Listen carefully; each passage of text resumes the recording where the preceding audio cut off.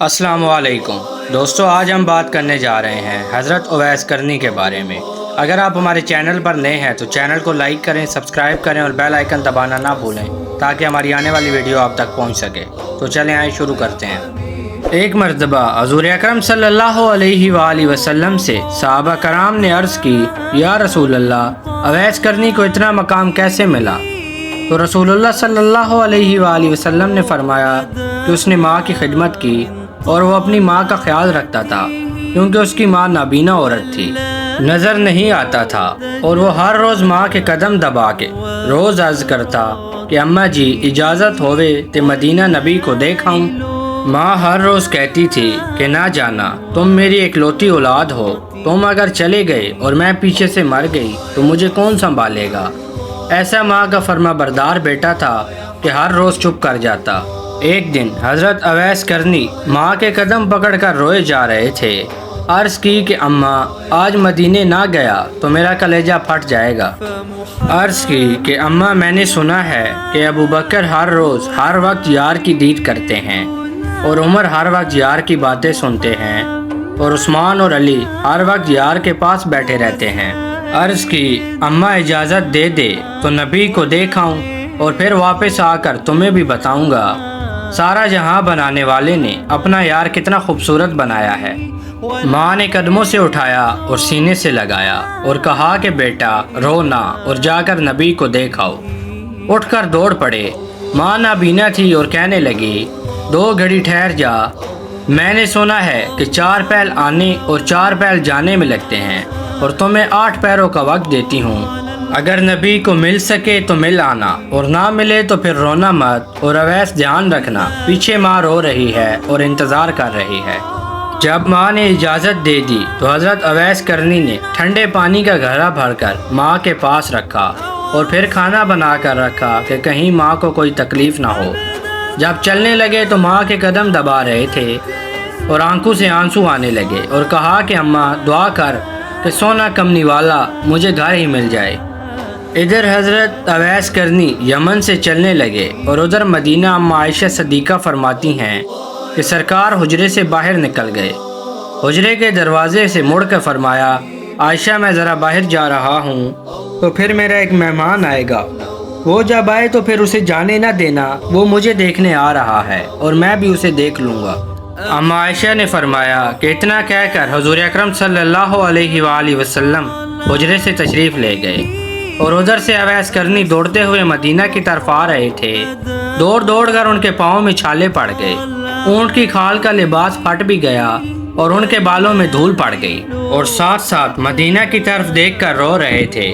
خواجہ اویس کرنی جب مدینہ طیبہ کے قریب آئے تو آ کر دیواریں چومنے لگے اور چھوٹے چھوٹے بچے کو سینے سے لگا کر فرمانے لگے کہ تم ان ہواؤں میں سانس لیتے ہو جدھر رب کا ماہی سانس لیتا ہے۔ چلتے چلتے نبی کے حجرے کے باہر آئے اور بڑے ادب سے دروازہ بجایا۔ اماں عائشہ فرماتی ہیں، کون ہے؟ اور رو کر فرمانے لگے، اماں جی وہ ہوں جو ساری ہستی یار کے پیچھے مٹا آیا ہوں۔ اماں عائشہ نے فرمایا کہ کدھر سے آئے ہو؟ عرض کی، اماں جی یمن سے نبی کا اویس آیا ہے، ذرا نبی کریم صلی اللہ علیہ وآلہ وسلم کو باہر بھیجیں، میں ان کو دیکھنے آیا ہوں۔ اماں عائشہ نے فرمایا کہ آنے والے سرکار تو گھر نہیں ہیں۔ خواجہ اویس رونے لگے۔ حضرت اویس روئے جا رہے تھے۔ اماں عائشہ نے فرمایا کہ رو نہیں، مسجد نبوی میں جا کر بیٹھ جاؤ، تھوڑی دیر تک نبی کریم صلی اللہ علیہ وآلہ وسلم آ جائیں گے۔ خواجہ اویس کرنی نے عرض کی کہ اماں جی روں کیوں نہیں، میری ماں پیچھے رو رہی ہوگی اور میرا انتظار کر رہی ہوگی۔ عرض کی کہ اماں جی ذرا آپ پردے میں ہو جائیں، نبی تو نہیں ملے، جاتے جاتے وہ سین ہی دیکھ لوں جہاں میرا ماہی رہتا ہے۔ اماں عائشہ پردے میں ہو گئیں اور اندر ایک بکھرے ہوئے بالوں والا آیا، اور اس کے بالوں میں دھول تھی اور پاؤں میں چھالے تھے، اور چھوٹی چھوٹی چیزوں کو چومتا ہے اور دیواروں کو بھی چومتا ہے۔ اماں عائشہ فرمانے لگیں کہ میں بھی اس کی حالت دیکھ کر رونے لگی۔ وہ روتے روتے باہر نکل گیا اور پھر دروازے میں جا کر اس نے دیکھا اور پھر رو کر کہنے لگا، کملی والیا، بڑے دور تیرا دیوانہ بستا ہے، ملنے آیا تھا، واپس جا رہا ہوں۔ میں کچھ نہیں مانگتا، بس ایک عرض کرتا ہوں کہ جب قیامت کا دن آئے گا اپنے عاشقوں کی گنتی کریں گے تو اس گنتی میں مجھے بھی یاد رکھنا۔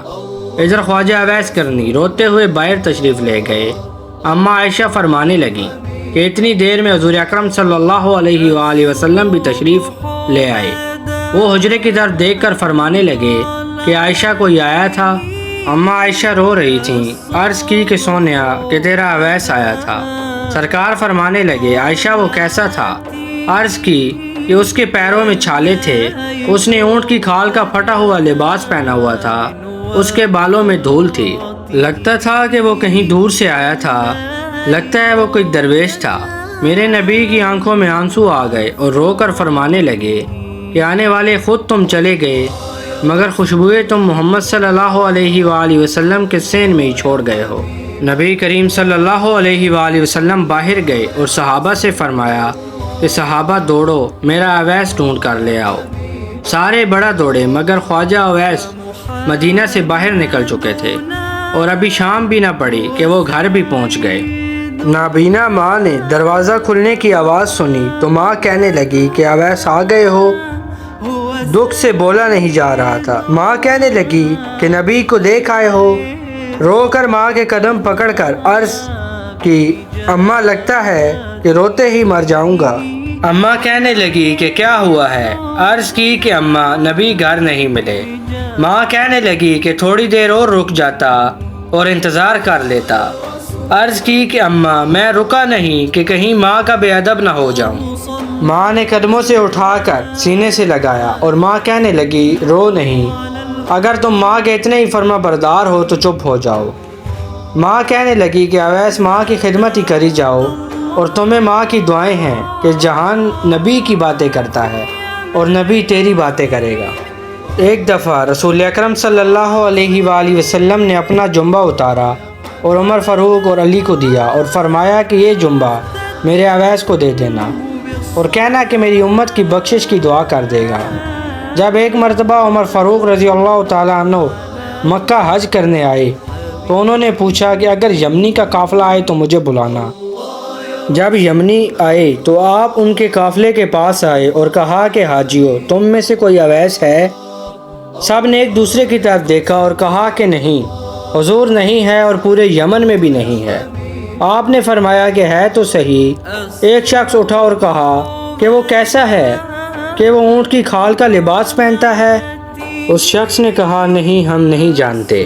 حضرت عمر فاروق رضی اللہ تعالی عنہ نے سارا ماجرا حضور اکرم صلی اللہ علیہ وآلہ وسلم کو بتایا۔ آپ صلی اللہ علیہ وآلہ وسلم نے کہا کہ اویس کو تو کوئی بھی نہیں جانتا ہوگا، لیکن عرش پر تو اس کے نام کی ہی باتیں ہو رہی ہیں اور زمین پر اسے کوئی بھی نہیں جانتا۔ تو پھر ایک شخص بولا کہ حضور وہ میرے چچا کا بیٹا ہے، وہ ہر وقت اپنی ماں کی خدمت کرتا ہے اور جنگل میں نکل جاتا ہے، وہ لوگوں میں نکلتا ہی نہیں ہے، اس کو تو محلے میں بھی کوئی نہیں جانتا۔ تو حضرت عمر فاروق رضی اللہ تعالیٰ عنہ نے کہا ٹھیک ہے، تم ہمیں اس تک لے جاؤ۔ حضرت عمر فاروق نے حضرت علی کو فرمایا کہ چلو نبی کریم صلی اللہ علیہ وآلہ وسلم کا وعدہ پورا کرتے ہیں۔ تو وہ روانہ ہونے لگے تو حضرت بلال حبشی نے کہا کہ میں بھی آنا چاہتا ہوں، میں نے بھی اویس کو دیکھنا ہے۔ تینوں سفر کے لیے روانہ ہو گئے۔ حضرت بلال حبشی نے ایک دریا کے کنارے ایک شخص کو دیکھا اور پوچھا کہ تم اویس ہو؟ تو دیکھ کر کہا اللہ ہو۔ کہا تو حضرت بلال حبشی غش کھا کر گر پڑے۔ حضرت علی نے دم کیا تو بلال کو ہوش آ گیا اور کہا کہ اویس یہاں پر بیٹھ کر وضو کر رہے تھے۔ حضرت عمر نے ایک شخص کو بھاگتے ہوئے دیکھا تو کہا کہ رک جا، تو اویس کرنی رک گئے۔ حضرت عمر فاروق نے پوچھا کہ تمہارا نام کیا ہے؟ تو کہنے لگے کہ میرا نام عبداللہ ہے۔ عمر نے کہا کہ وہ نام بتا جو تیری ماں نے رکھا ہے۔ آپ نے جلال سے پوچھا تو انہوں نے کہا کہ میری ماں نے تو میرا نام اویس رکھا ہے۔ یہ سننے کے بعد حضرت عمر نے وہ جنبہ حضرت اویس کو دے دیا تو حضرت اویس کرنی نے چوم کر آنکھوں سے لگایا اور خوشبو سونگھی تو حضور اکرم صلی اللہ علیہ وآلہ وسلم کی آئی اور پھر رونے لگے اور جنبہ پکڑ کر پہاڑی کی طرف دوڑ پڑے اور پھر اشارہ کر کے کہا کہ میرے پیچھے کوئی نہ آئے۔ پہاڑ کی غار میں جا کر جنبہ مبارک سامنے رکھا اور فرمایا، سجدے میں رو کر عرض کی یا اللہ تیرا ماہی نے اپنا جنبہ بھیجا ہے۔ یا اللہ میں تب تک یہ جمبہ نہیں پہنوں گا جب تک میری دعا قبول نہیں ہوگی۔ عرض کی یا اللہ میری دعا کو قبول کر اور قیامت کے دن مجھے میرے ماہی کے سامنے شرمندہ نہ ہونے دینا۔ اللہ نے وحی کے ذریعے بتایا کہ 1/3 امت کو بخش دیا گیا ہے، فرمایا اور زیادہ کرو، اور پھر فرمایا کہ 2/3 کر دی ہے، پھر عرض کی کہ اور زیادہ، اور پھر فرمایا کہ 3/3۔ حضرت علی، عمر اور بلال دوڑتے ہوئے آئے کہ کہیں رسول اللہ صلی اللہ علیہ وآلہ وسلم کے جمبے کی خوشی میں مر ہی نہ گیا ہو۔ اتنی دیر میں وہ وہاں پہاڑی پر پہنچے اور وہ سجدے میں تھے اور عرض کی اگر یہ 2 گھڑیاں اور نہ آتے تو ساری امت کو بخشوا دیتا۔ اگر 2 گھڑیاں یہ اور ٹھہر جاتے تو آج ساری امت بخشوا دینی تھی۔ دوستو یہ تھا واقعہ حضرت اویس کرنی کا۔ اگر ویڈیو پسند آئی ہو تو چینل کو لائک کریں، سبسکرائب کریں اور بیل آئیکن دبانا نہ بھولیں تاکہ ہماری آنے والی ویڈیو آپ تک پہنچ سکے۔ شکریہ۔